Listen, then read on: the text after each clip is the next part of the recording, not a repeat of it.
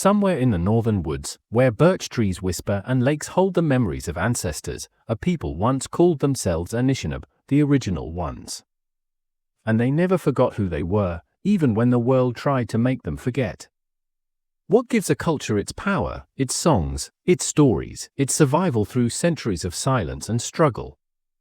How did a people who once fished the Great Lakes and rowed birch-bark canoes become one of the largest indigenous nations in North America today? And why does their legacy matter now, in a world racing forward, faster than ever? Stay with me, because this is not just history. This is a living fire.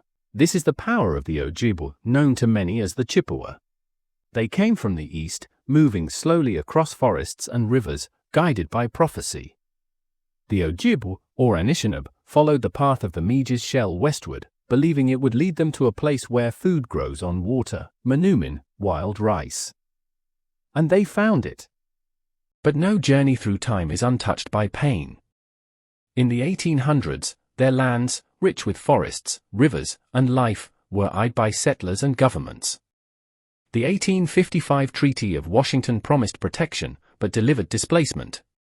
Their sacred places were parceled, their children sent to boarding schools where language and identity were stripped away.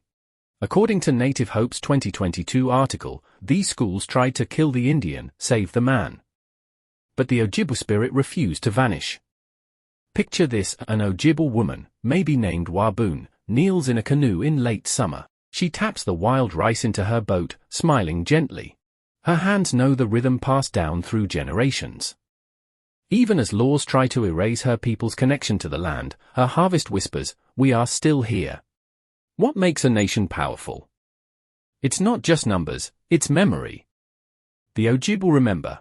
Through the Maidwewin, their sacred society of healers and spiritual leaders. Through Anishinaabemowin, their melodic language that sings of sky, earth, and kin. Through dream catchers that cradle the night's wisdom, and birchbark scrolls that carry knowledge as sacred as scripture, they formed the Council of the Three Fires, a powerful alliance with the Odawa and Potawatomi, brothers in resistance, allies in culture. And even in times of conflict, battles with the Sioux, the Fox, and the pressures from both French and British forces, they found a way to remain themselves. Up north, near the Turtle Mountains, lived a warrior named Macade. He didn't wield power through force alone. Macade was a keeper of stories. He remembered the star maps and migration songs. And when his grandson asked him if they were losing their ways, Macade simply said, "We are the ways." And here's what many never knew: despite centuries of pressure, the Ojibwe didn't vanish. They multiplied.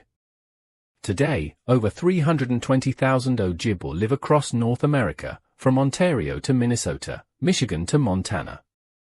They are not relics, they are authors, educators, activists, and artists. Take Louise Erdrich, Pulitzer Prize-winning writer whose novels echo the soul of her people.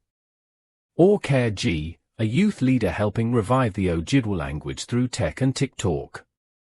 They're turning cultural roots into wings. As Native Hope reminds us, the Ojibwe hold tight to the traditions that sustained their ancestors and adapted them for the world their grandchildren will inherit.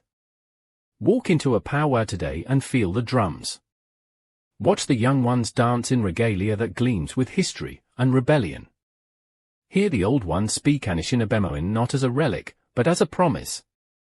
From community language camps to wild rice restoration, the Ojibwe are reclaiming what was always theirs. Education, sovereignty, identity, it's all coming back. There's a boy named Eli in Duluth, just 14, who paints dream catchers with spray cans on abandoned buildings. To some, it's graffiti. To him, it's ceremony. He says, each one catches a little piece of our past and lets it dream again. So if you think history is just a list of battles lost and treaties broken, think again. The Ojibwe story is one of power not stolen, but stored, quietly, patiently, passed hand to hand like fire in the snow. And now, that fire burns again. What's a tradition you'd fight to preserve? What dream from your ancestors still lives in you? Drop it in the comments, we read every one. Like, share, and let someone else discover this flame.